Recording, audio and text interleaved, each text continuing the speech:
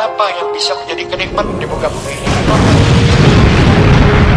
Harta yang kalian miliki tidak ada artinya Anda.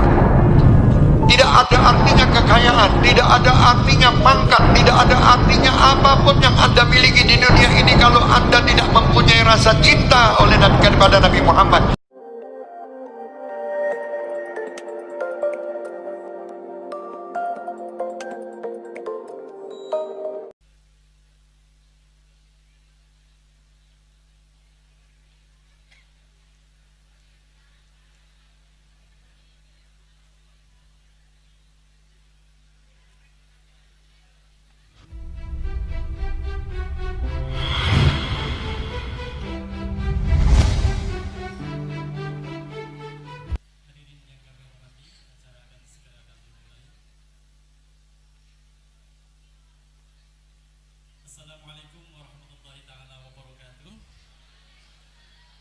Bismillah, alhamdulillah, assalatu wassalamu ala rasulillah Sayyidina Muhammad ibn Abdillah wa ala alihi wa sahbihi wa mawalah.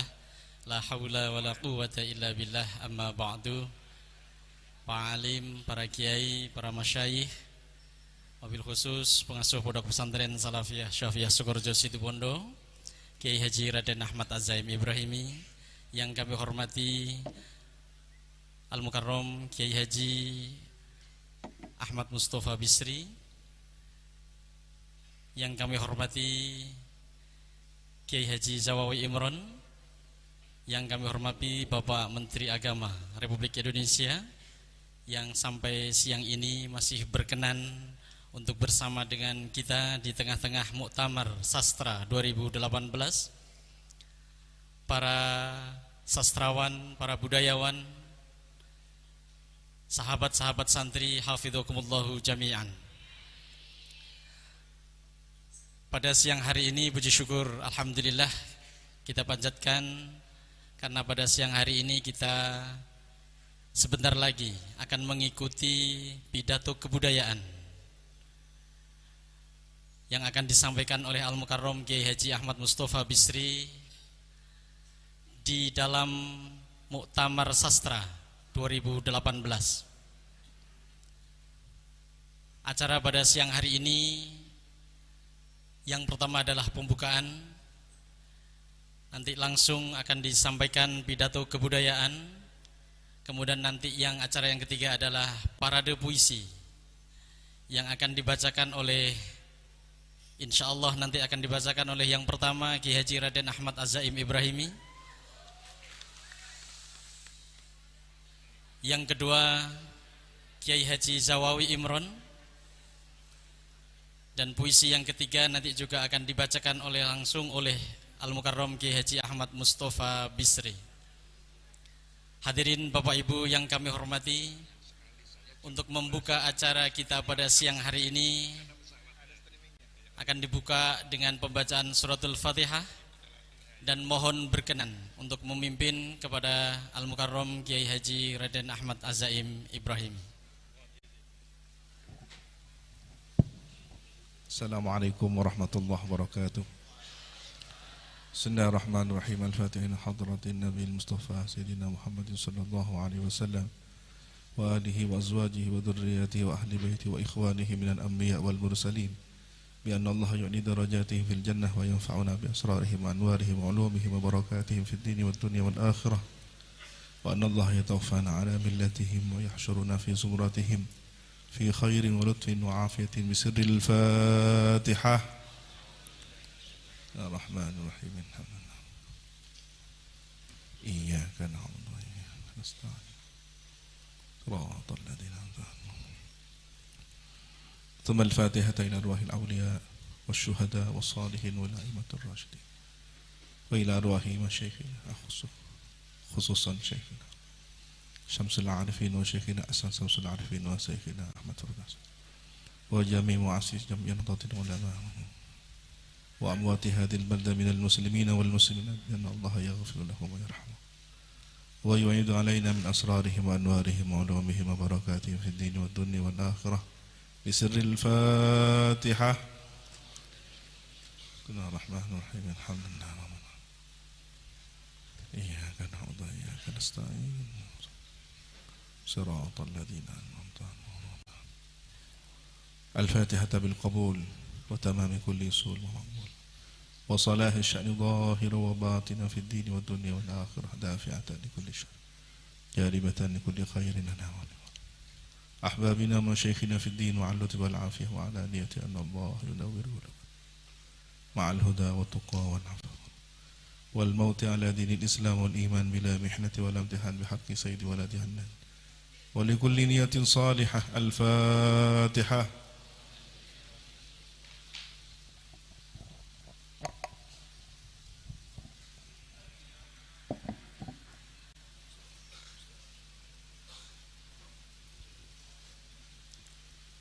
Jazakumullahu khairan. Hadirin Bapak Ibu yang kami hormati, selanjutnya marilah kita ikuti bersama pidato kebudayaan kepada yang terhormat Kiai Haji Ahmad Mustafa Bisri. Disilahkan.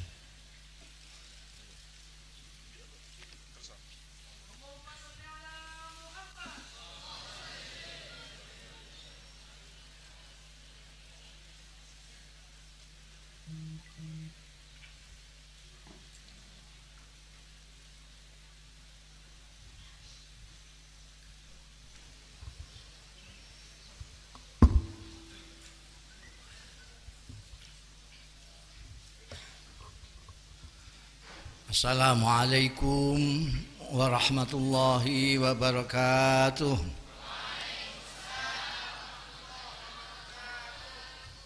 Alhamdulillahi rabbil alamin. Wassalatu wassalamu ala ashrafil anbiya'i wal mursalin sayyidina wa maulana Muhammadin wa ala alihi wa ashabihi ajma'in, amma ba'd. Hadaratil afadil, sadatil masyayikh wal asatidzah al-aizza di ma'izzukum, wa fil muqaddimah sahibul fadilah wal karamah Sayyidi Syekh Kiai Haji Raden Azaim Ibrahimi di ma'izzuh. Yang terhormat dan yang saya hormati saudara saya Kiai Haji Lukman Saifuddin yang mendapat cobaan menjadi Menteri Agama Republik Indonesia.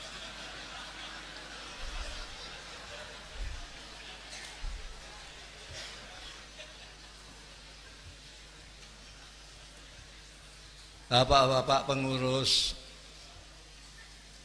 Nahdlatul Ulama wilayah Jawa Timur, terutama Lajnah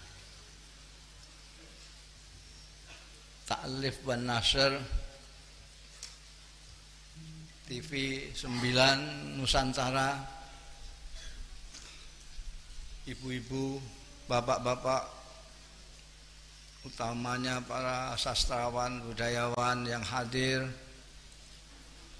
keluarga besar Pondok Pesantren Salafiyah Syafi'iyah, istimewanya para santri, putri dan putra yang tercinta, rahimakumullah. Pertama-tama saya harus memanjatkan puji syukur kehadirat Allah Subhanahu wa taala yang telah memperkenankan saya bisa hadir dalam majelis yang istimewa ini. 34 tahun yang lalu saya ditakdirkan oleh Allah datang ke tempat ini untuk menyaksikan sejarah pembaharuan Nahdlatul Ulama, Muktamar yang ke-27.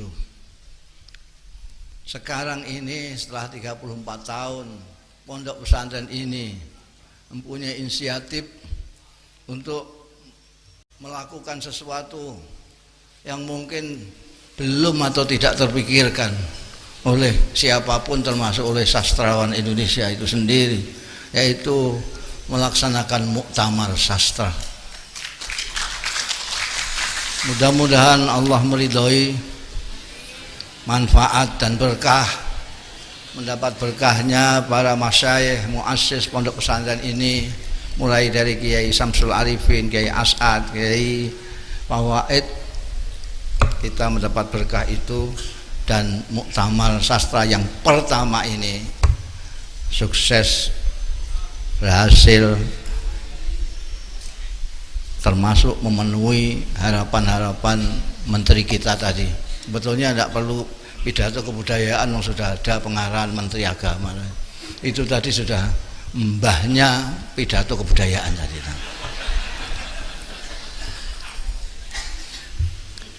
Kenapa ide ini muncul dari pesantren? Semula itu kalau tidak salah hanya akan memberi judul Muktamar Sastra Pesantren.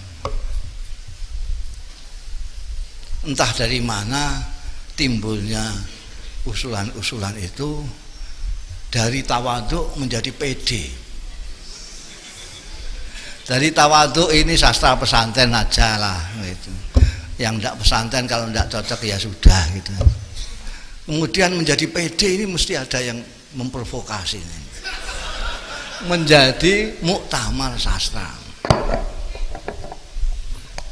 Sudah dari pede kembali rendah diri lagi, minta menteri supaya BCI menteri PDK segala macam. Nggak cocok dengan ruhnya salafiyah, tapi ya. Kenapa ini ide dari pesantren dan kenapa semula pesantren? Pesantren itu sudah menjelaskan kenusantaraan itu sendiri. Jadi tidak usah bicara Nusantara, asal pesantren Nusantara. Nusantara itu ya di pesantren itu. Kenapa? Karena di pesantren-pesantren itu sejak di pondok, sejak awal itu sastra yang dipelajari. Nahwu, shorof, segala macam itu disebut ilmu alat saja.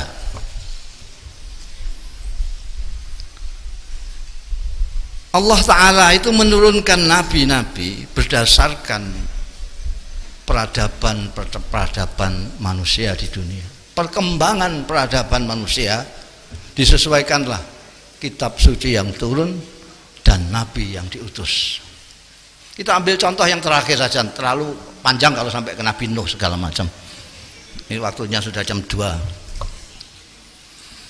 Dari Nabi Musa, pada waktu itu tokoh masyarakat yang paling top, yang disegani oleh masyarakat adalah penyihir. Penyihir. Kalau sampean bisa nyihir, bisa nyantet, sampean tokoh masyarakat nomor 1. Disegani dan ditakuti pada waktu itu. Itu zaman Nabi Musa. Maka Allah mengutus Nabi Musa yang tidak hanya jaduk sekali. Mukjizat yang dibawa pun mukjizat yang tidak diatasi oleh para penyihir-penyihir ini. Ketika penyihir hanya bermain dalam ilusi, maka mukjizat tidak. Tongkat-tongkatnya penyihir ketika dilihat oleh masyarakat sebagai ular, tongkatnya Nabi Musa dilihat oleh para penyihir itu sebagai ular betul-betul. Sebagai tokoh yang paling tahu tentang sihir, tahu dia kalau itu bukan sihir. Peradaban semakin maju, orang sudah tidak sihir-sihir lagi, tapi sudah bangsa kedokteran. Orang tidak disuwuk lagi, tapi disuntik gitu. Jadi ini kedokteran, menyembuhkan orang sakit, ketabiban segala macam. Maka diutuslah Nabi Isa dengan mukjizat yang luar biasa, di atas nalar tabib-tabib pada waktu itu yang paling jempolan sekalipun. Ini ada orang mati kok bisa disembuhkan, itu gimana? Tidak bisa diakal para dokter-dokter pada waktu itu atau tabib-tabib.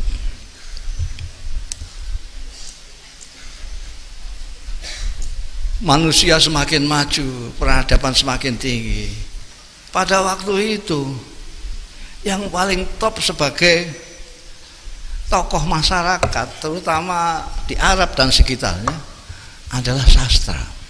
Sastra ini puncak peradaban dari manusia. Kalau sekarang masih sihir-sihiran, itu kembali flashback ke zaman Nabi Musa. Kita sudah zaman sastra ini, sudah pakai nalar dan rasa, yang seperti dikatakan oleh Menteri Agama, nalar dan rasa. Maka yang dibawa oleh Nabi Muhammad Sallallahu Alaihi Wasallam adalah mukjizat sastrawi. Orang mengira Quran itu seperti kitab fikih begitu. Orang-orang Jakarta terutama itu. Fikih di dalam Al-Quran bisa sampai hitung itu berapa ayat saja itu.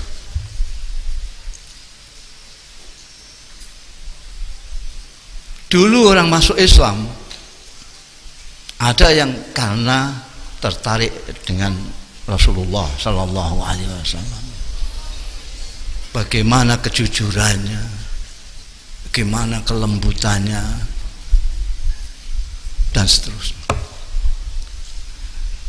Ada yang masuk Islam karena sahabat Abu Bakar, kedermawanannya, kebijakannya.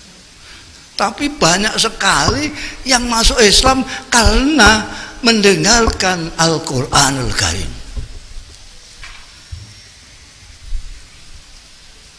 Orang Arab itu hampir semua sastrawan, hampir semua.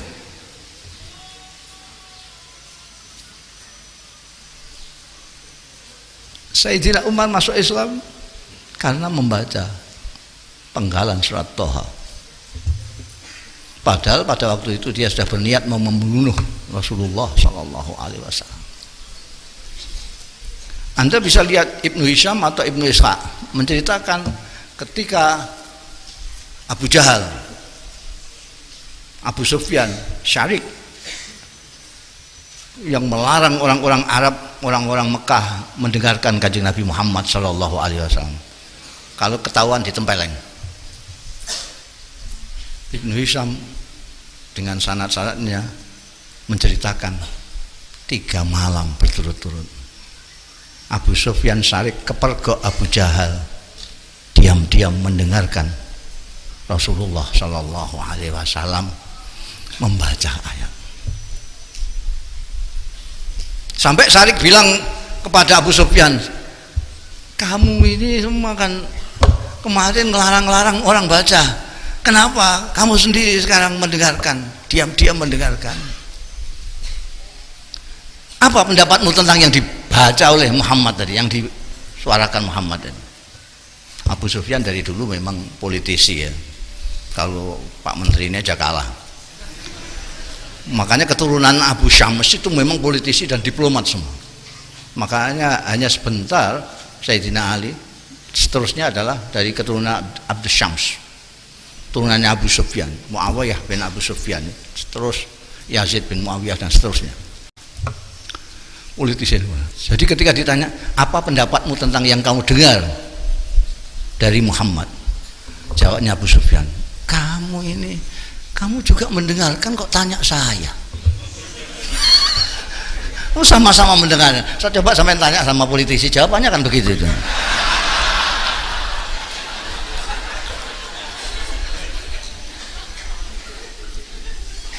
Ketika kemudian ditanyakan Abu Jahal, kamu juga mendengar, kenapa? Bagaimana pendapatmu? Jangan banyak bicara. Abu Jahal, jangan banyak bicara. Abu Jahal itu gengsinya paling tinggi di Mekah. Kalau Bani Hashim, Bani Manaf, dia membanggakan perempuannya, ada yang cantik sekali, kita bisa mencarikan perempuan yang tercantik. Kalau dia membanggakan ada orang kaya, kita bisa mencarikan orang kaya.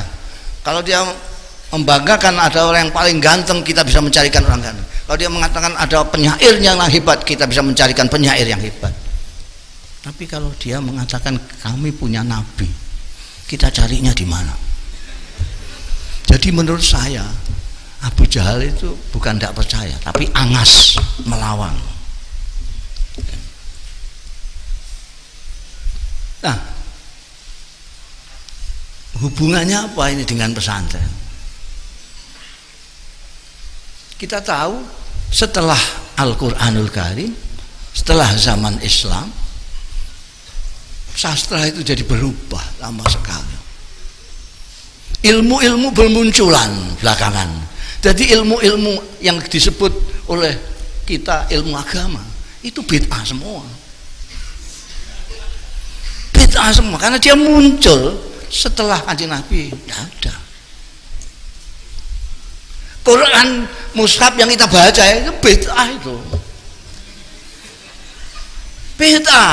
Kenapa bid'ah? Karena dulu Quran itu tidak ditulis. Kalau ada yang berkata Kanjeng Nabi nyablon bendera barang itu ngawur itu.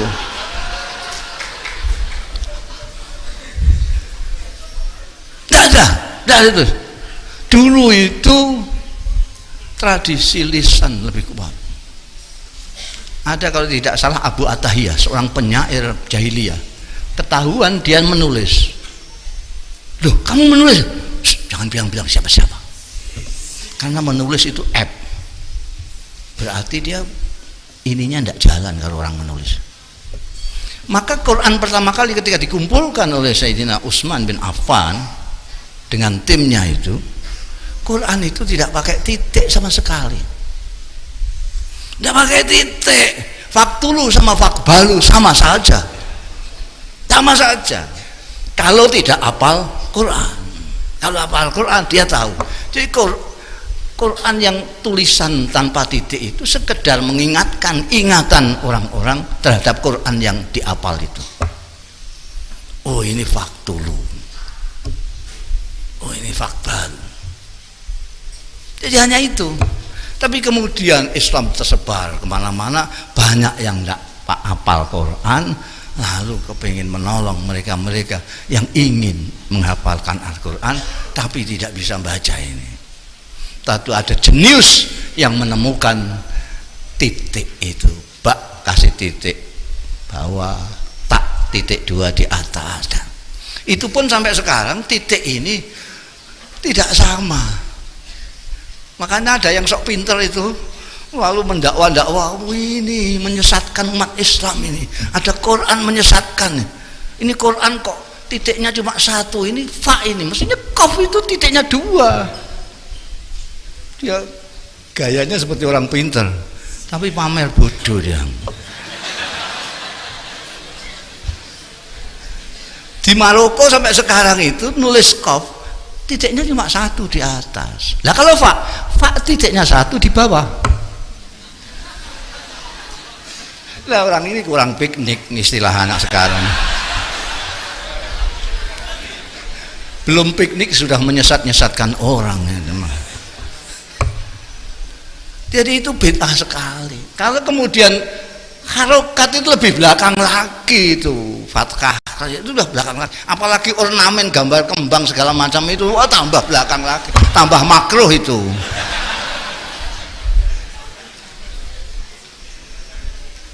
Mereka itu ngurusi bid'ah aja tidak konsisten.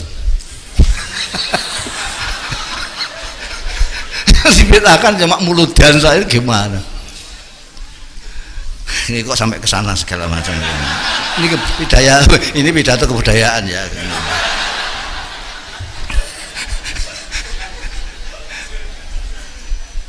Jadi di pesantren itu ilmu yang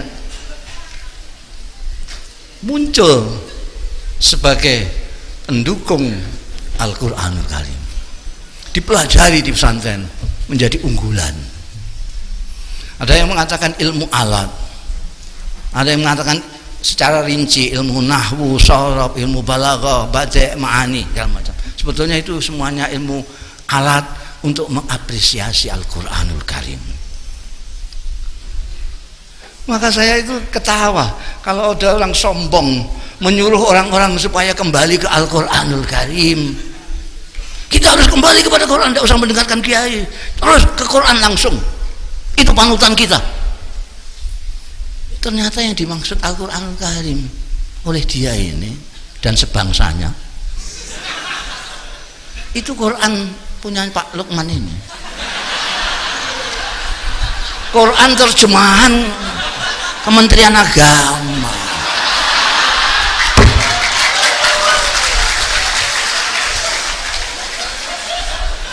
Udah bisa. Jangan terlalu sombong, kamu sendiri ya ngerti Quran kok ngajak orang awam untuk melihat Quran. Mbok yang tawaduk seperti ulama-ulama kita itu ya. Imam Syafi'i, santri-santrinya bikin buku pinter. Beliau-beliau yang melihat Quran, yang melihat sunnah hadis, lalu bikin untuk orang-orang awam yang tidak sempat atau tidak bisa membaca Quran dan hadis supaya bisa segera sholat, dibikinkanlah sulam safina, sulam taqib dan seterusnya. Ini lebih saya hargai daripada yang petentang suruh kembali ke Quran tapi tidak mau ngaji. Kalau benar konsekuen mengatakan kembali ke Quran, ya ngaji. Tidak bisa, tidak bisa, tidak ngaji, hanya mengandalkan Qurannya Pak Lukman, tidak bisa. Itu ada ilmunya, Al-Quran itu ada ilmunya banyak sekali. Banyak sekali. Ada ilmu bahasa Arab, lughah. Lughah ini ada gramatikanya, nahwu, sharaf. Ada balaghah. Balaghah ini ada badi, ada bayan. Banyak sekali. Ada ilmu tafsir, ada. Itu banyak sekali yang diperlukan untuk mengetahui bukan hanya isinya Al-Quran tapi keindahan Al-Quran. Kalau melihat Quran depak itu cuma mungkin ngerti satu persatu maknanya kalimat, pengertian secara utuh nonsense, apalagi melihat keindahannya belas. Makanya kalau kita lihat agamawan sekarang kok sangar-sangar karena tidak ngerti Quran. Lihat wajah beliau itu, apa ada yang sangar itu? Kalau ini masih ada lumayan lah yang sangar.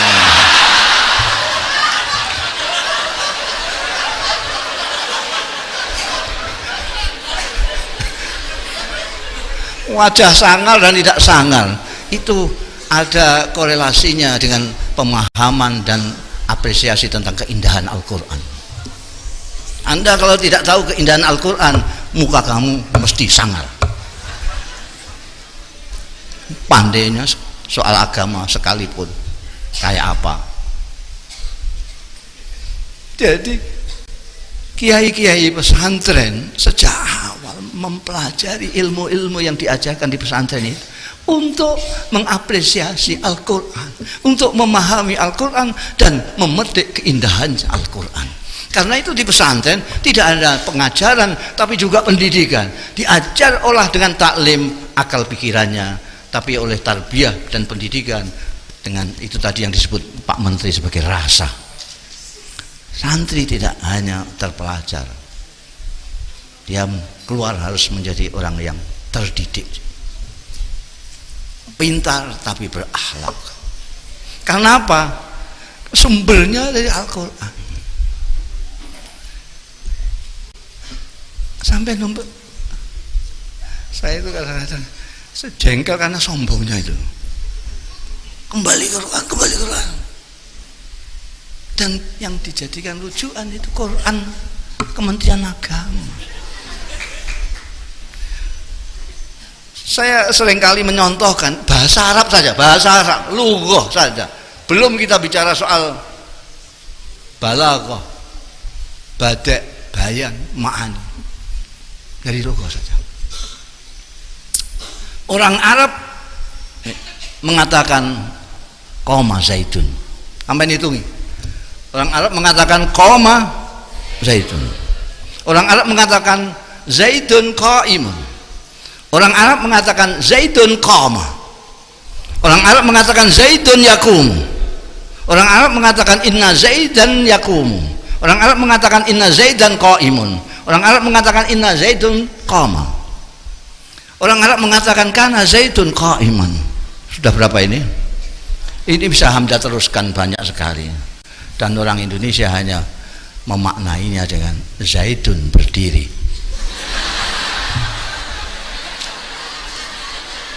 Berapa nuansa makna yang hilang di sana. Ini baru dari lafaz. Itu enggak, orang sembrono mengatakan ngerti Quran itu harus ngaji yang lama, harus ngaji yang lama. Apa itu katanya alala tanalul itu ada terusnya yang lama itu apa namanya? Watuli zamani. Oh jadi Ustadz kemarin sore sudah ngajak orang kembali ke Quran. Ya asli nggak ngerti Quran. Banyak yang harus kita pelajari. Itu ada sastrawan dari Mesir itu, Agu Irawan. Itu tidak berani dia bilang kembali ke Quran, tidak berani. Dia ngerti betul seberapa tingginya kesusahan Al-Quran itu oleh ahli bahasa Arab, oleh orang Arab sendiri yang ahli tentang syair maupun nazar, syair atau prosa. Itu sampai sekarang tidak ada.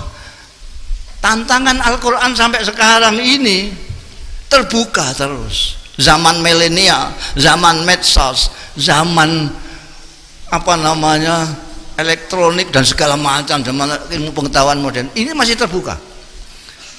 In kuntum fi raibin mimma nazal ala abdina faktu bi suratin mimin, masih terbuka sekarang. Nggak ada, terutama karena bagaimana membedakan antara nuansanya ini. Kalau orang yang nggak tahu, orang awam baca Quran ini kok pengulangan terus menerus saja. Ini Nabi Musa lagi, ini Nabi Musa lagi, ini ya Nabi, mesti bingung dia, mau nggak ngerti sastra nggak apa, mesti bingung. Ini maksudnya apa terus saja.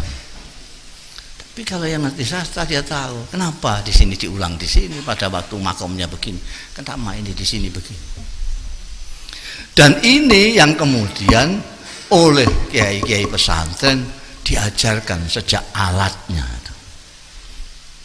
Tujuan pertamanya adalah untuk mengapresiasi, memahami isi Al-Quran dan mengapresiasi keindahan Al-Quranul Karim.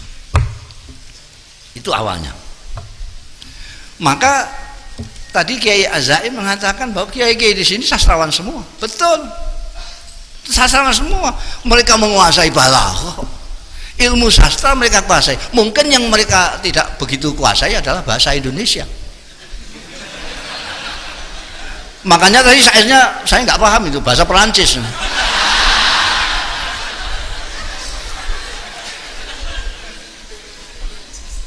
Kalau santri-santri yang seperti Agu Irawan, dia menguasai bahasa Indonesia, dia bisa bersastra-sastra. Kiai Zawawi Imron, dia ngerti bahasa Indonesia, dia bisa bersyair dengan bahasa Indonesia.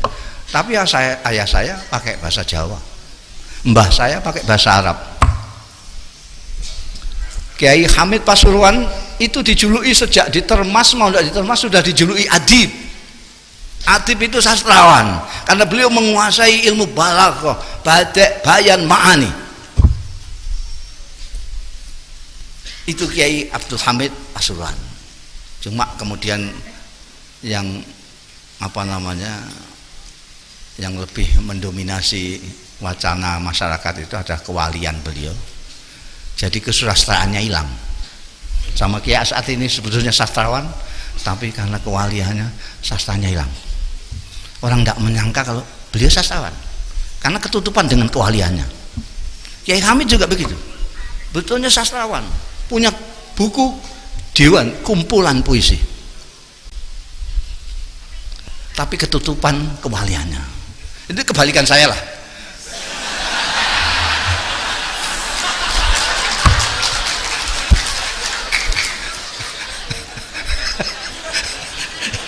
Saya baru separuh ngomong sampai sudah ketawa itu. Kalau orang Jawa mengatakan Anda itu limpat seprapat tamat sudah. Ya, jadi seperti Syekh Abdul Qadir Al-Jalani, dia menguasai 12 disiplin ilmu. Tapi beliau terkenal sebagai Sultanul Aulia. Jadi sebetulnya gitu. Jadi kiai-kiai beliau ini sastrawannya ketutupan. Tapi pasti, apakah dengan menggunakan bahasa Arab, bahasa Jawa, Kiai Ali Maksum membuat syair yang luar biasa indah. Hadratus Syekh Hasyim Asy'ari, konon beliau bisa seperti penyair Arab, bisa bersair secara irtijalan, improvisasi. Di sini saya belum pernah tahu orang yang penyair Indonesia yang bisa improvisasi. Ada yang agak mendekati itu, Sosiawan Lea, ada enggak? Ada, Sosiawan Lea ada. Mana orangnya? Dia itu pagi tadi sampai bilang saya bikinkan syair untuk nanti malam. Dia apa temanya? Sastra pesantren. Dia udah bisa bikin. Tapi yang irtijalan itu hampir tidak ada. Jadi ngomong biasa gini lalu bersair. Kalau orang Arab biasa itu. Sayyidina Umar bin Khattab, Sayyidina Ali biasa. Sayyidatina Aisyah biasa. Ngendikan terus bersair biasa. Tapi di sini saya belum pernah lihat. Yang agak mengkek-mengkek Sosial itu. Sosial itu sehari sebelumnya bisa. Kalau bangsa aku ya sebulan lah lama itu. Jadi apa namanya, di pesantren itu memang diajarkan sastra. Ada yang hanya untuk memahami dan mengapresiasi keindahan Al-Quran, ada yang kemudian karena kiainya kreatif digunakan sendiri untuk menciptakan. Maka Anda akan lihat banyak dari dulu kiai mempunyai syair-syair. Bahkan ini sayang yang sebetulnya dulu siap untuk mencarikan puisi-puisinya Hadratus Syekh Hasyim Asy'ari itu cucunya Kiai Isom, tapi Kiai Isom dipundhut Allah Ta'ala muda. Jadi belum ketemu sudah kapundhut. Sekarang nggak ada lagi yang seneng dengan maktabah dan mau mencari. Itu ada. Jadi dulu Kiai Hasyim dengan siapa, dengan Kiai siapa, kalau tidak cocok soal apa, itu ditulis dalam puisi, dalam syair. Sehingga orang yang nggak ngerti sastra, hanya ngerti nahwu sorab bloko-bloko itu, tidak akan paham. Santri-santri nggak paham kalau kiainya sedang bertengkar, berbeda pendapat, tidak tahu. Itu pertama, menyembunyikan perbedaan mereka supaya santri tidak menganggap permusuhan. Karena kadang-kadang kiai itu berbeda pendapat, santrinya menganggap bermusuhan. Saking hati-hatinya mereka, lalu menggunakan syair. Pendapatku begini-begini, kalau pendapatmu begitu terserah kamu, tapi tunjukkan dalilmu. Itu pakai syair. Kalau sekarang kan enggak. Ini berkelahi, anak buahnya disuruh ikut-ikut berkelahi. Jadi sangat pas sekali seperti yang disebutkan oleh Pak Menteri tadi, bahwa muktamar ini muncul idenya dari pesantren. Dan sekali lagi pesantren memandang sastra ada seperti sastra yang ditunjukkan oleh Al-Quranul Karim, yang mengalahkan semua sastra yang ada. Bukan hanya muatannya, tetapi keindahannya. Jadi sayang sekali sekarang ini jarang ilmu-ilmu sastra ini diajarkan di pesantren. Tapi lebih sayang lagi karena di pesantren tidak diajarkan bahasa Indonesia untuk membawakan nilai-nilai pesantren ini ke luar. Kekurangannya di pesantren cuma satu itu, bahasa Indonesia. Jadi tahu keindahannya Al-Quran, tahu ilmu sastra, bahkan ilmu arut itu tahu. Santri-santri ngerti ilmu arut, itu sudah ilmu musik itu. Tapi untuk mengeluarkan, tadi ada pertanyaannya Pak Menteri tadi, kenapa kok kok di luar kelihatannya kok nggak ada dari pesantren? Jawabannya yaitu karena mereka menggunakan bahasa daerah atau bahasa Arab. Mereka bersastra menggunakan bahasa Arab atau bahasa Arab. Alhamdulillah, seperti yang dikatakan Pak Menteri tadi, ada orang-orang yang sekarang dari pesantren kemudian menggunakan bahasa Indonesia. Di Indonesia dikacaukan oleh Belanda. Belanda itu mendikotomikan kita itu menjadi umum dan agama, itu yang merusak itu. Pendidikan kita itu dipecah dua, pendidikan umum, sampai menterinya juga terus ikut-ikut. Oh ini eman yang baru ini 70% agama, 30% umum. Yang umum itu yang mana? Yang agama itu yang mana? Nahwu sharaf balaghah itu umum apa agama? Nggak jelas. Nggak jelas. Ini gara-gara Rondo ini dicekoki Londo dan kita kunyah terus sampai sekarang. Ini akibatnya lucu sekali. Di Indonesia ini ada madrasah, ada sekolah. Ada yang sampai keliru. Anakmu di mana? Dia sekolah di madrasah.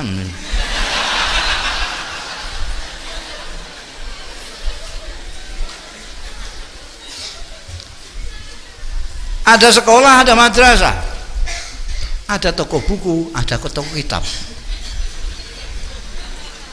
Sampean kalau mencari buku-bukunya ayah saya di toko buku seperti Gramedia, Gunung Agung, nggak akan ketemu. Karena buku-buku ayah saya yang banyak itu dijualnya di toko kitab. Seperti Menara Kudus, Toha Putra, Salim Nabhan, segala macam. Kalau cari buku saya bisa cari di Gramedia, Gunung Agung. Jadi lucu, toko kitab, toko buku, madrasah, sekolah.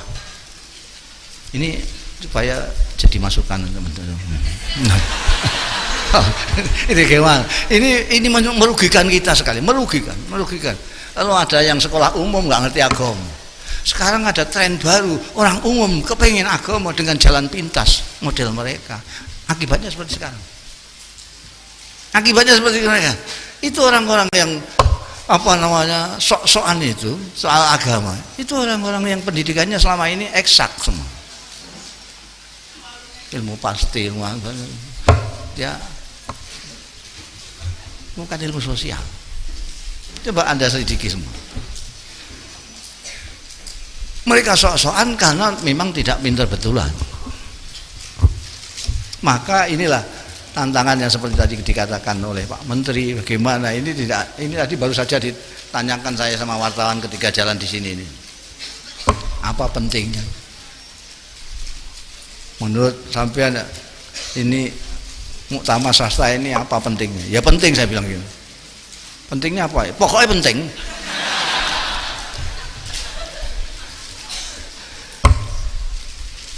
Saya mau pidato kebudayaan kok dia tanya di situ.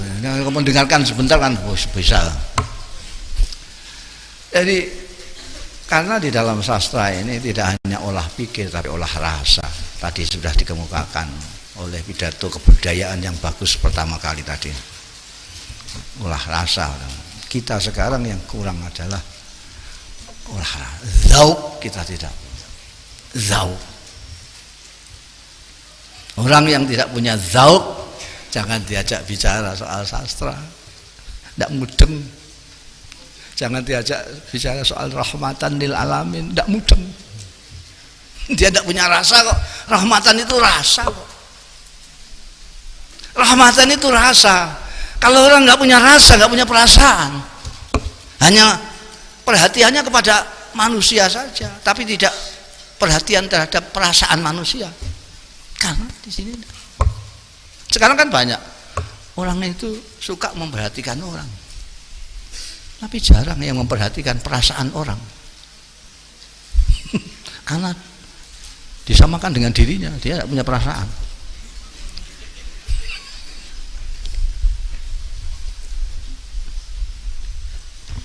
Jadi saya berharap ini mumpung datang juga itu sastrawan-sastrawan dari mana-mana nanti bisa urun rembuk di dalam pembicaraan itu gimana, apa namanya, kenapa kok sastrawan kok seperti kata Pak Menteri tadi dimarginalkan, dipinggirkan itu, seolah-olah ya seniman secara umum lah itu bagian sini. Saya baca puisi aja, kiai-kiai Madura dulu pertama kali apa no, kiai kok baca puisi, gitu. Kiai kok baca puisi. Saya dibilang sama wartawan gitu, ini kata kiai-kiai di Madura. Dia tak tahu kalau di Madura ada kiai juga yang berpuisi. Namanya D. Zawawi Imron. Malah penyair sungguhan ini. Saya kan penyairan aja. Saya bilang pada waktu itu sama kiai Madura yang bilang begitu itu. Kiai yang tidak berpuisi itu bukan kiai itu. Bukan kiai. Kiai-kiaian.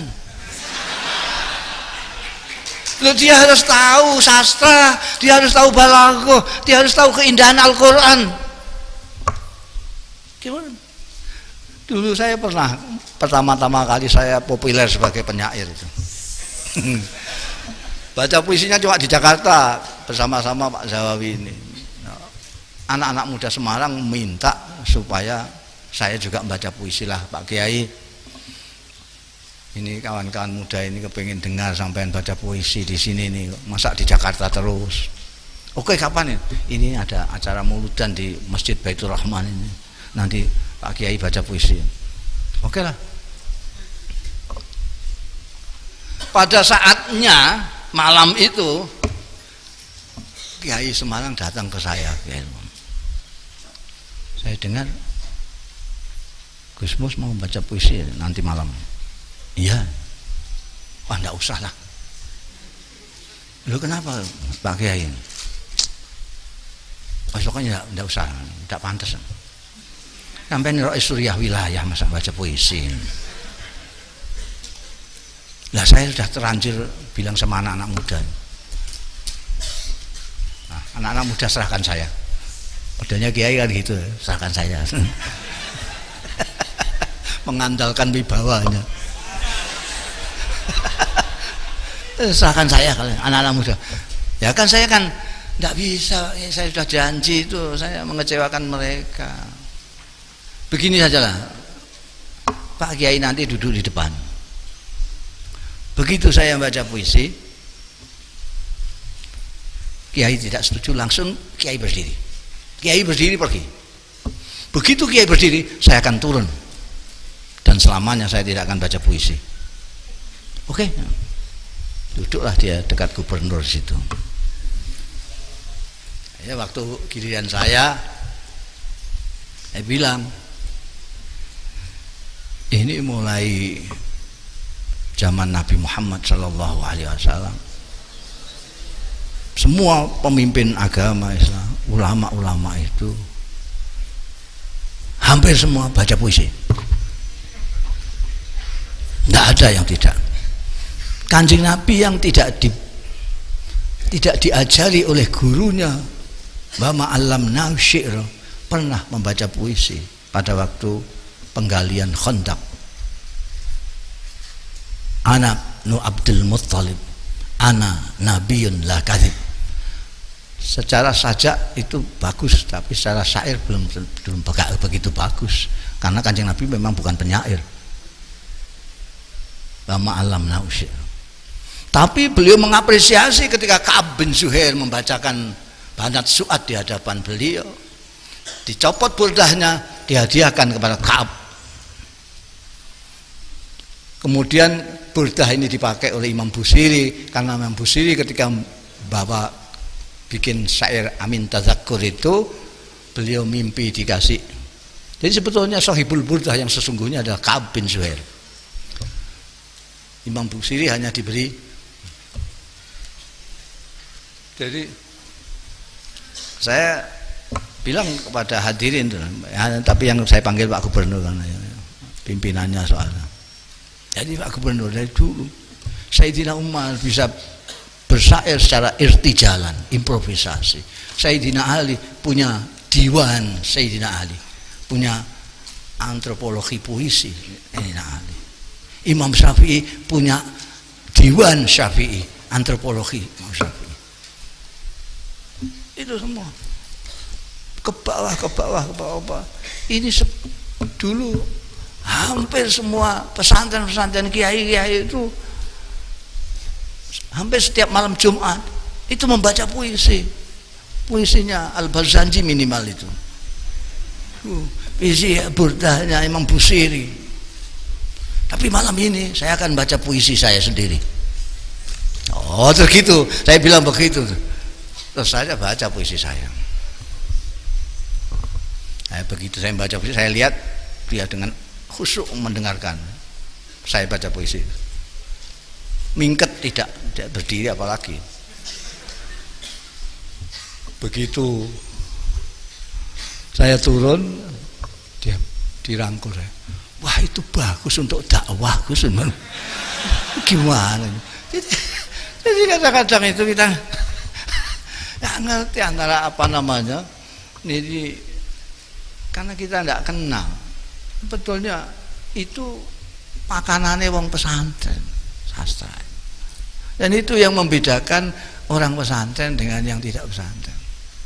Orang pesantren itu punya humor, punya apa namanya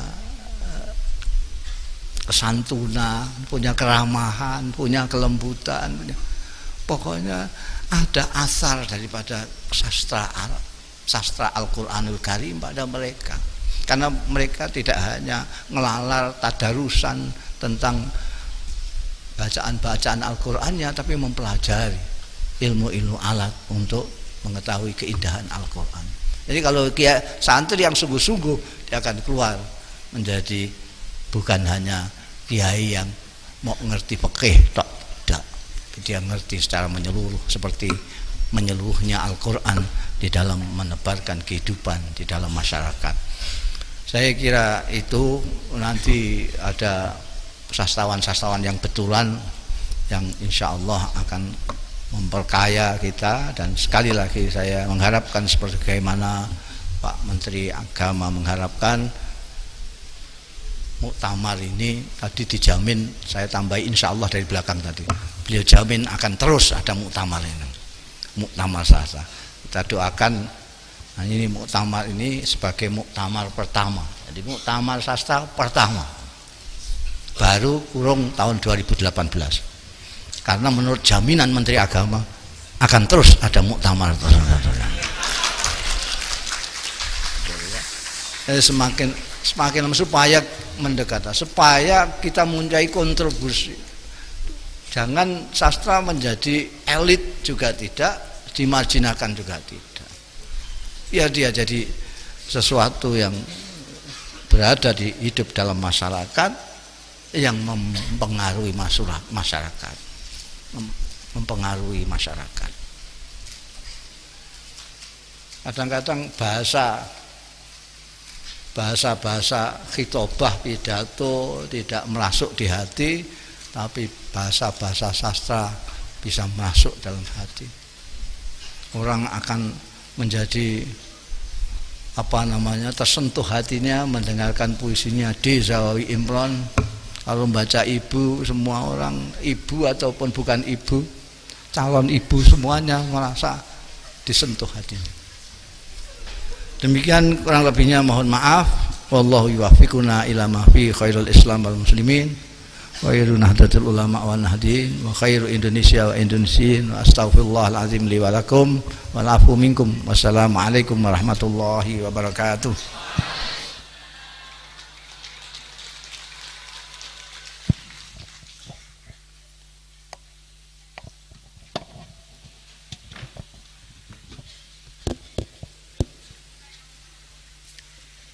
Disampaikan terima kasih, jazakumullahu khairan. Hadirin Bapak Ibu yang kami hormati, tibalah saatnya pada saat ini kita mendengarkan pembacaan puisi. Puisi yang pertama akan dibacakan oleh Al-Mukarram Kiai Haji Raden Ahmad Azaim Ibrahim. Allahumma salli ala Muhammad.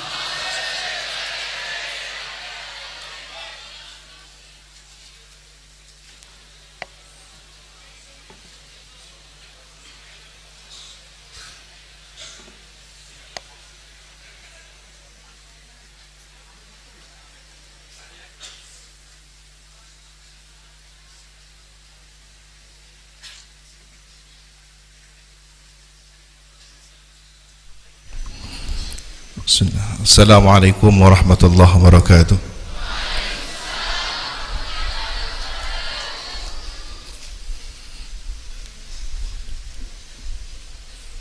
Perkenankan kami membaca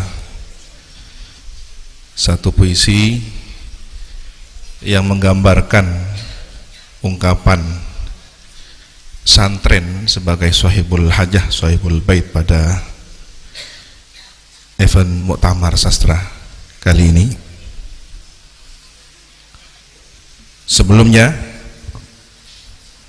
kami ingin bercerita kronologi beberapa hal agar bisa mengantar makna utuh dari puisi yang akan disampaikan. Pertama adalah tentang gambar yang kita pilih dengan mengangkat panorama Masjid Jami Ibrahimi. Kita diskusi apakah ini sebenarnya nuansa pagi atau petang. Kita diskusi dengan kawan-kawan LTNNU, kita diskusi dengan TV9,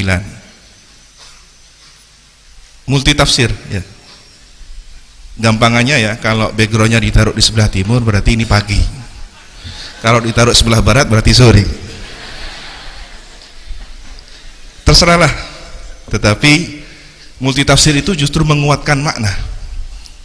Kalau justru hanya satu makna, semakin miskin rasa, semakin kurang nilai karya sastranya. Pagi, fajar menyingsing, tentu semangat. Sementara sore hari adalah kematangan. Semoga multitafsir tentang nuansa kegiatan Muktamar Sastra, semangat, fajar menyingsing atau kematangan hasil nanti, rumusan yang akan dihasilkan insya Allah membawa keberkahan. Untuk menambah khidmat, mohon secara sayup-sayup diiringi dengan La ilaha illallah, monggo, Al-Malikul, tanpa itu.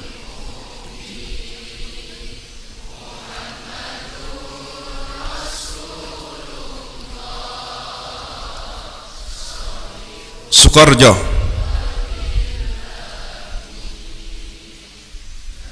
jika engkau mencari jati diri sebagai objek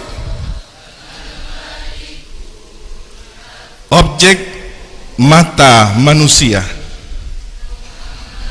maka engkau tak lain hanyalah bayangan dalam lapisan tipis selaput retina. Sukorejo, jika engkau mencari jati diri sebagai objek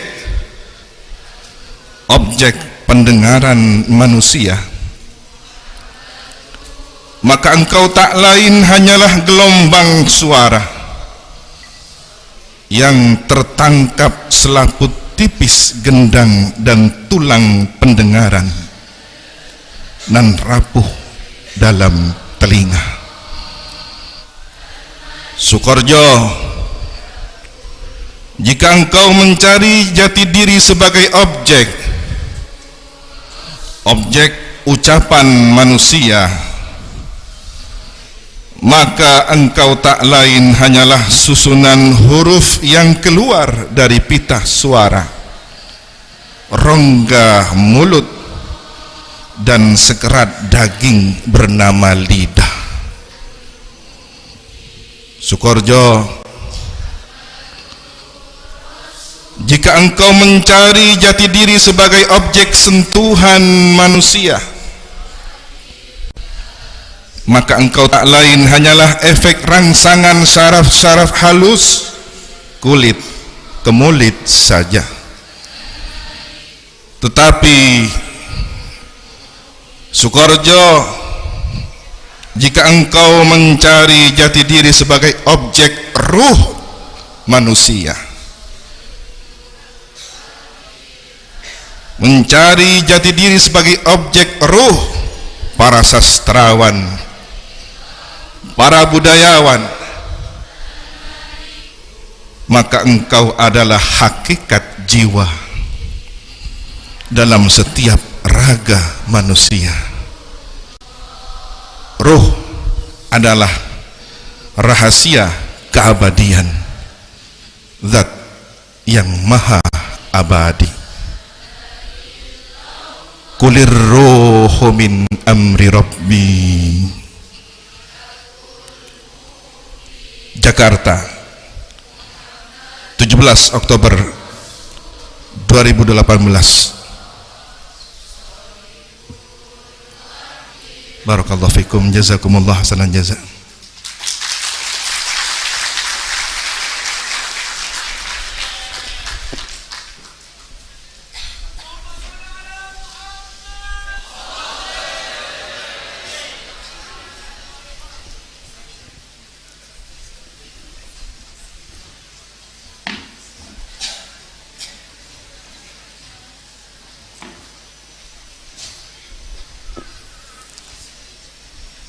Jazakumullahu khairan. Hadirin yang kami hormati, puisi yang kedua akan dibacakan oleh Al-Mukarram Kiai Haji Zawawi Imron.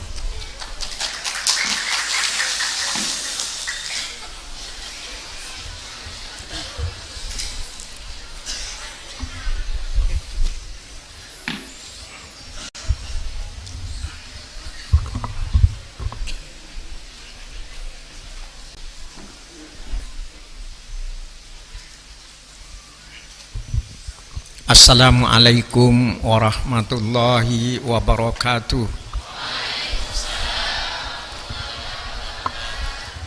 Guru saya Kiai Haji Mustafa Bishri, Kiai Raden Azaim Al-Ibrahimi, yang tercinta Bapak Menteri Agama, dan segenap hadirin para sastrawan, dan utamanya juga para santri. Jadi kalau tadi Kiai Mus bicara tentang pentingnya bahasa, menyampaikan bahasa, kalau saya hanya mengatakan kepada para santri I love you, itu belum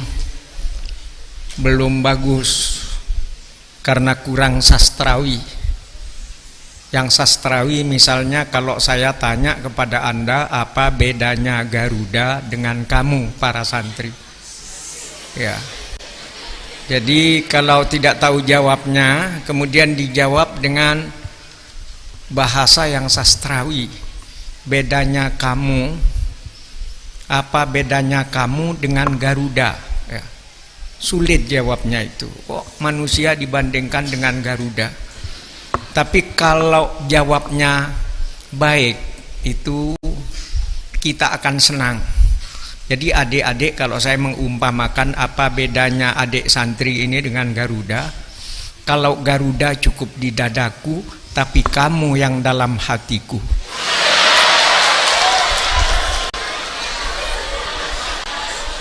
Allahumma shalli ala Muhammad. Ini untuk kaum santri, tapi untuk kaum penyair lain lagi ya. Minggu yang lalu saya diminta untuk pidato kebudayaan di depan Bapak Presiden, tapi saya tidak berani untuk menasihati Bapak Presiden, Tapi di depan Bapak Presiden saya menasehati para budayawan. Ya. Tapi cerita dulu. Pada perhelatan di Surabaya, yaitu ada teman Muhammadiyah mengawinkan putranya. Yang khutbah itu Buya Syafi'i Ma'arif, yang ceramah saya. Jadi begitu ketemu Pak Syafi'i Ma'arif itu tanya kepada saya, "Hei budayawan, apa, di mana letak senangnya menjadi penyair?" Pertanyaannya sulit juga ya menjawab itu.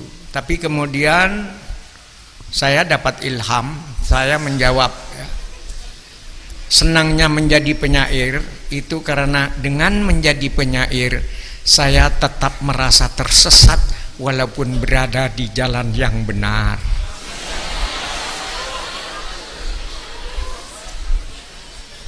Dan itu lebih bagus daripada saya merasa benar tapi di jalan yang sesat. Nikmatnya menjadi penyair, walaupun di jalan yang benar tetap merasa tersesat. Karena itu ujaran kebencian tidak akan keluar dari penyair. Yang ada pada penyair itu adalah amar ma'ruf nahi mungkar, qaulul haq. Nah, saya mau latihan di sini tanggal 21, saya diminta baca puisi di haulnya Gus Dur di Jakarta. Nah, kebetulan ada puisi saya yang menyangkut tentang Gus Dur dan insya Allah hadirin senang sama Gus Dur. Pokok budayawan itu senang sama Gus Dur. Puisinya begini. Puisinya pantun tapi isinya milenial, itu kan. Pantun itu kan sangat tradisional, tapi isinya milenial. Dan ini bukti bahwa kaum santri termasuk saya mau melakukan amar ma'ruf nahi mungkar. Dan harus saya lakukan biar Anda merasa enak. Ingat pantun milenial lagi. Buah delima di dalam bokor, karung goni pembungkus nangka, syarat utama jadi koruptor harus berani masuk neraka.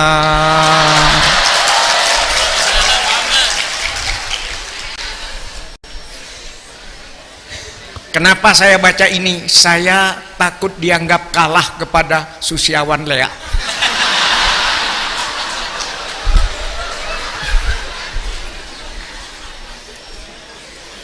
Itu pendekarnya anti korupsi. Tapi Lea itu hanya anti koruptor. Tidak pernah menyatakan dirinya anti koruptris. Padahal koruptris itu koruptor perempuan, Pak Menteri. Mana Lea di sini? Coba.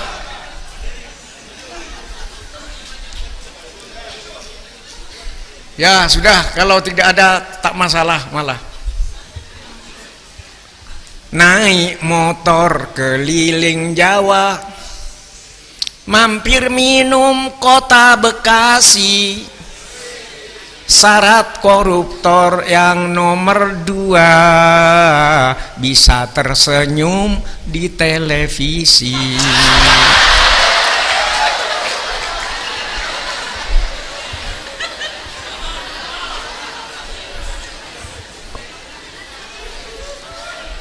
Neng Inas dan Mas Ulil senang sekali kayaknya dengan puisi ini, karena baru pertama kali beliau mendengar.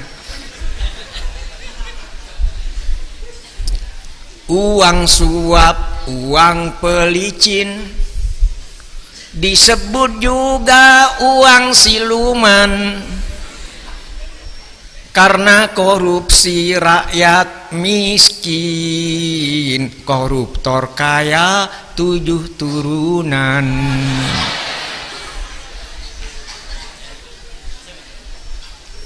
menanam mentor bukit menoreh, yang sebiji tanam di talun, agar koruptor dianggap saleh, naik haji setiap tahun.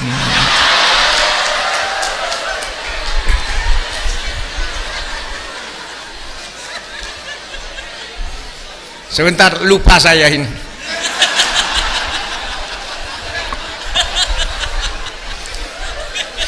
Burung punggu dari Cianjur, ngejar gelate menuju Bogor, sebelum duduk terkenal jujur, setelah dilantik calon koruptor.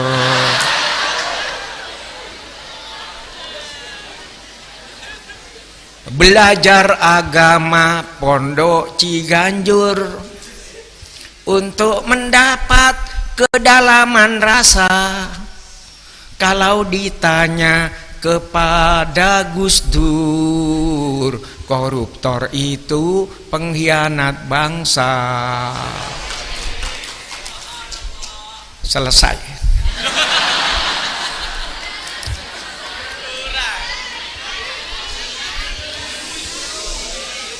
Kalau rame gagal.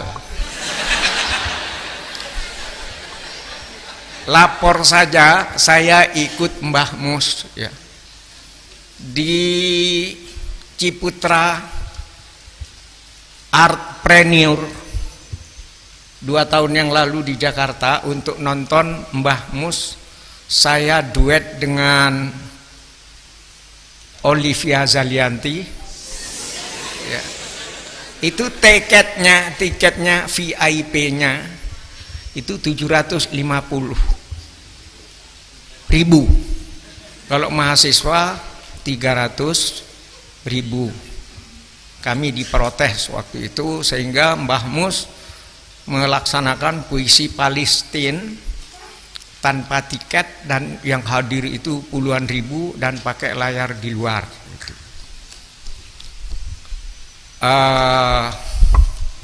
Apa ini yang mau saya bacakan? Jadi begini,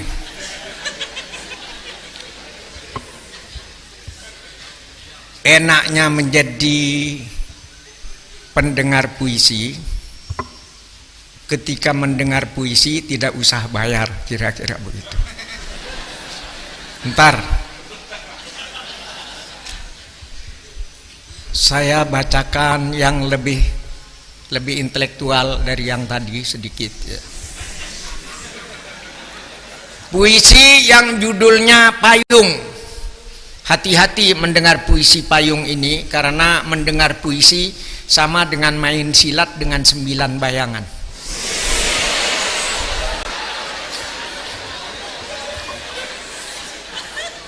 Bukan tambah cerdas, tambah sesat Anda gitu. Payung. Ketika hujan mengguyur bumi, basah kuyup orang yang jujur, basah kuyup orang yang tidak jujur. Tapi yang lebih banyak basah kuyup adalah orang-orang yang jujur. Kenapa? Karena payung orang yang jujur habis dicuri oleh orang yang tidak jujur.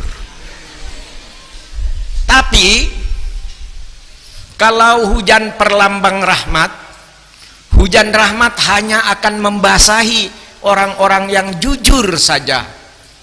Orang-orang yang tidak jujur tidak akan basah oleh hujan rahmat. Kenapa? Karena merekalah yang menolak hujan rahmat dengan payung-payung hasil curiannya. Kesimpulannya, setiap barang curian adalah payung untuk menolak rahmat Allah.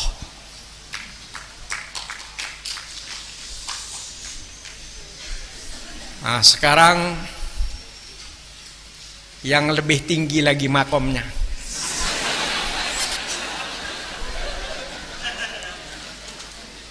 Judulnya Sungai Kecil.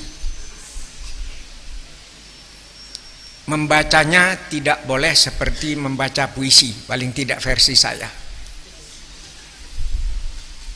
Pokoknya seperti orang ngomel saja gitu. Padahal sebenarnya baca puisi juga bisa ngomel kan begitu. Sungai kecil, sungai kecil, sungai kecil, di manakah engkau telah kujumpa? Antara Cirebon dan Purwokerto, ataukah hanya dalam mimpi? Di atasmu batu-batu kecil sekeras rinduku, dan di tepimu daun-daun bergoyang menaburkan sesuatu yang kuminta dalam doaku. Sungai kecil,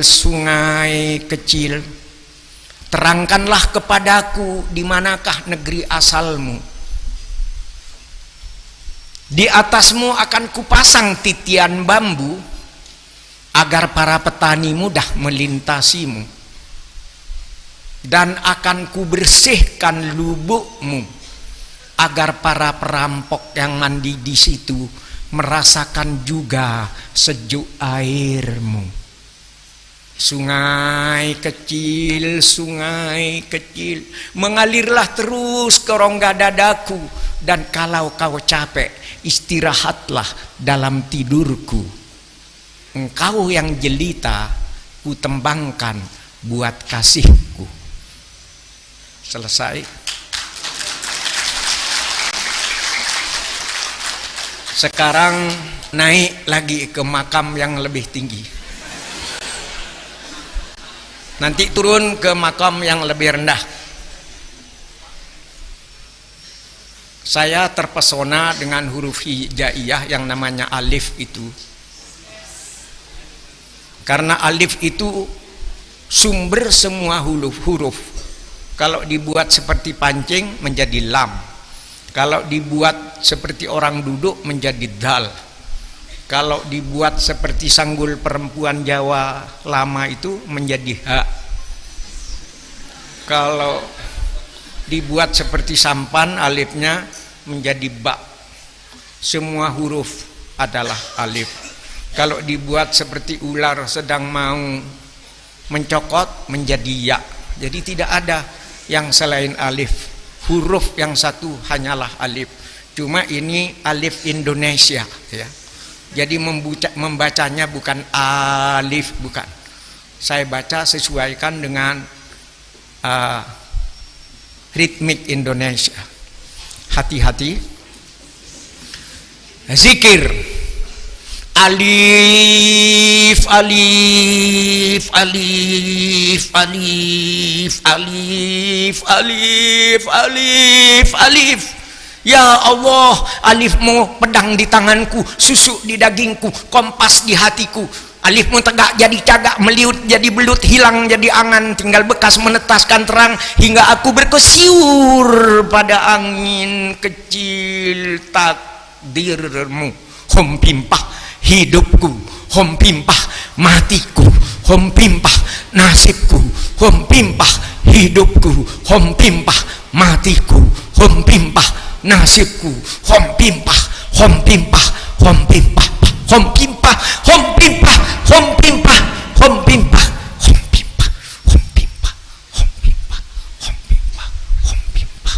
Ku gali hatiku dengan linggis alifmu, hingga lahir mata air, jadi sumur, jadi sungai, jadi laut, jadi samudra. Dengan sejuta gelombang mengerang menyebut alifmu. Alif, alif, alif, alif, alif. Ya Allah, alifmu yang satu tegak di mana-mana.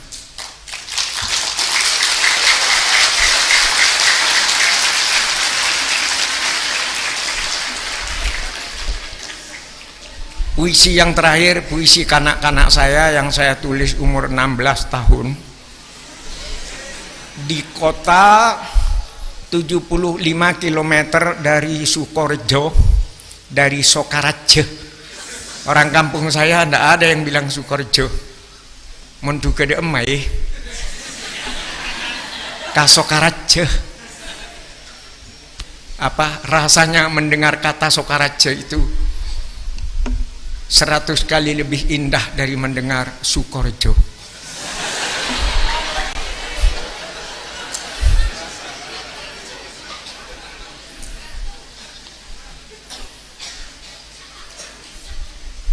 Ditulis di kota kecil Rogo Jampi tahun 64.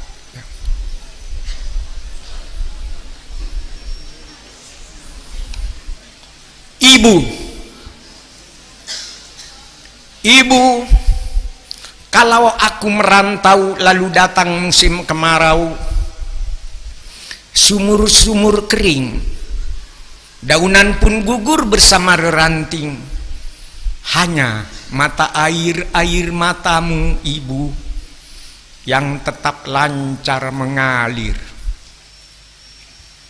Kalau aku merantau, sedap kopior susumu ibu dan ronta kenakalanku.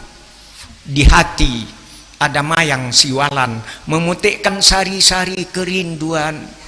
Karena hutangku padamu ibu tak kuasa ku bayar. Hutangku padamu ibu tak kuasa ku bayar. Hutangku padamu ibu tidak kuasa ku bayar. Ibu adalah gua pertapaanku, dan ibulah yang meletakkan aku di sini saat bunga kembang menyemerbak bau sayang. Ibu menunjuk ke langit, kemudian ke bumi. Aku mengangguk meskipun kurang mengerti. Ibu, bila kasihmu ibarat samudra, sempit lautan teduh.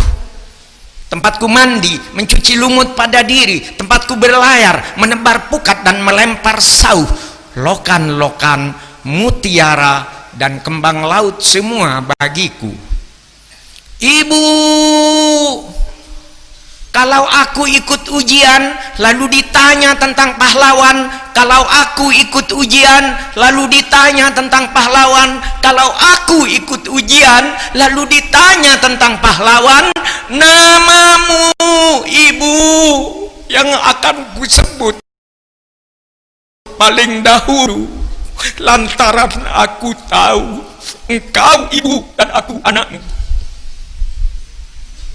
Kalau aku berlayar lalu datang angin sakal, Tuhan yang ibu tunjukkan sudah ku kenal. Ibulah itu bidadari yang berselendang biang lala, sesekali datang padaku, menyuruhku menulis langit biru dengan sajakku.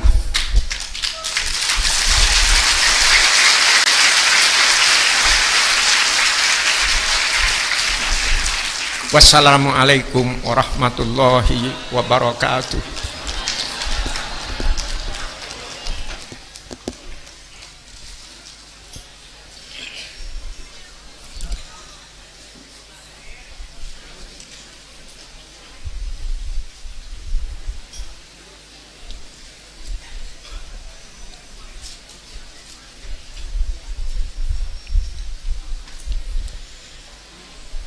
Jazakumullahu khairan.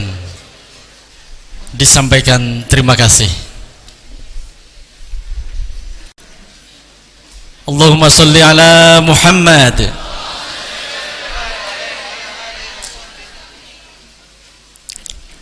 Hadirin Bapak Ibu yang kami hormati,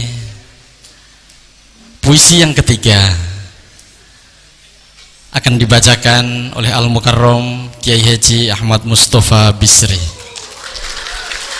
Allahumma salli ala Muhammad.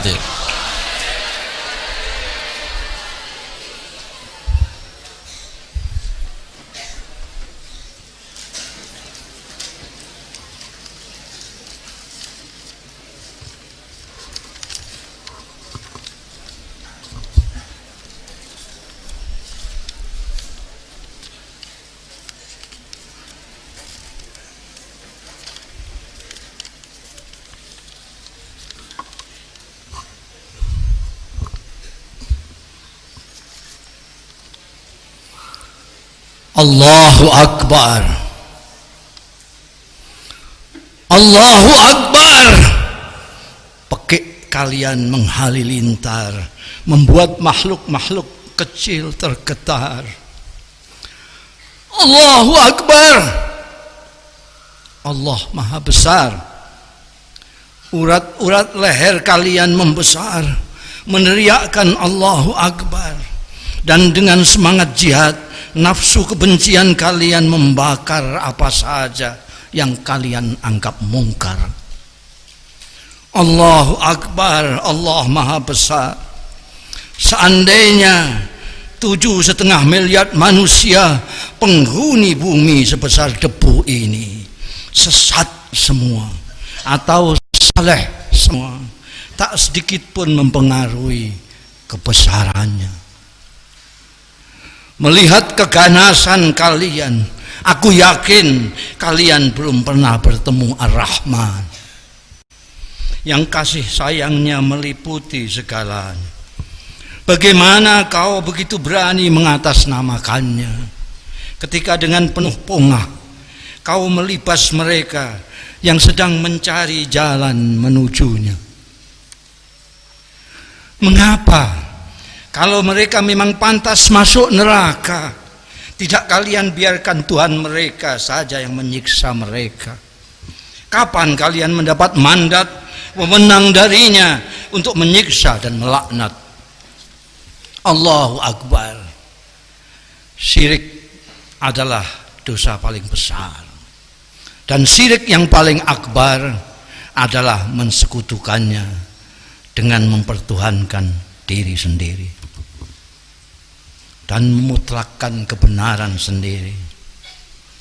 Allahu Akbar. La ilaha illallah wallahu akbar. Itu puisi yang pertama.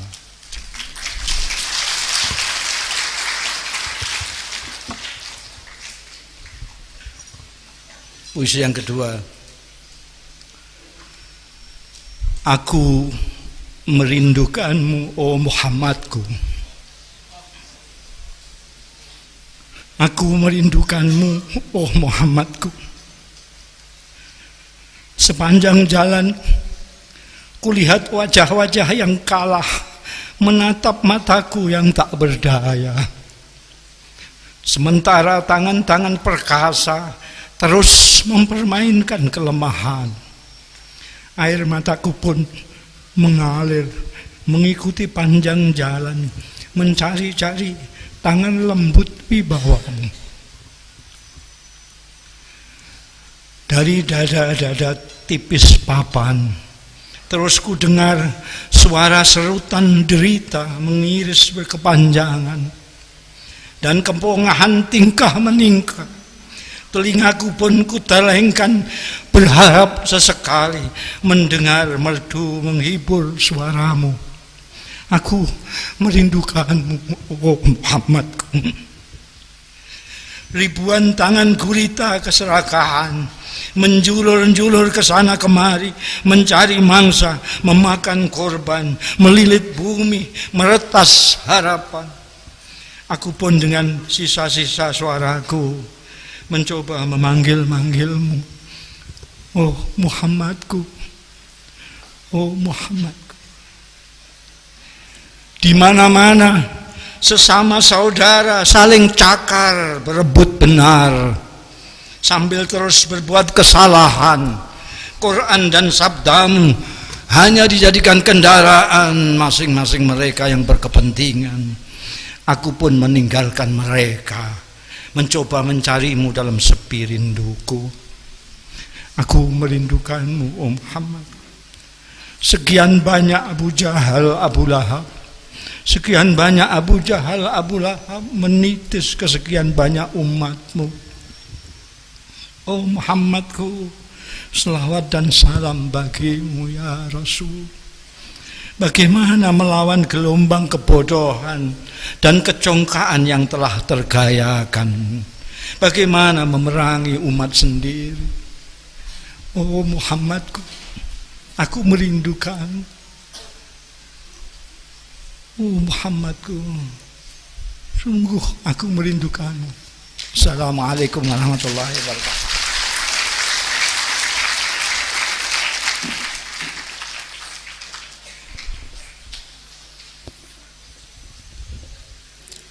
Jazakumullahu khairan.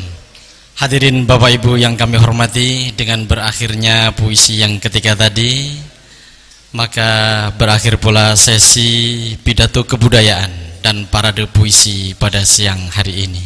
Semoga kita bisa belajar dari apa yang telah tadi disampaikan. Kurang lebihnya mohon maaf. Terima kasih atas segala perhatian. Billahi taufiq wal hidayah. Assalamualaikum warahmatullahi wabarakatuh.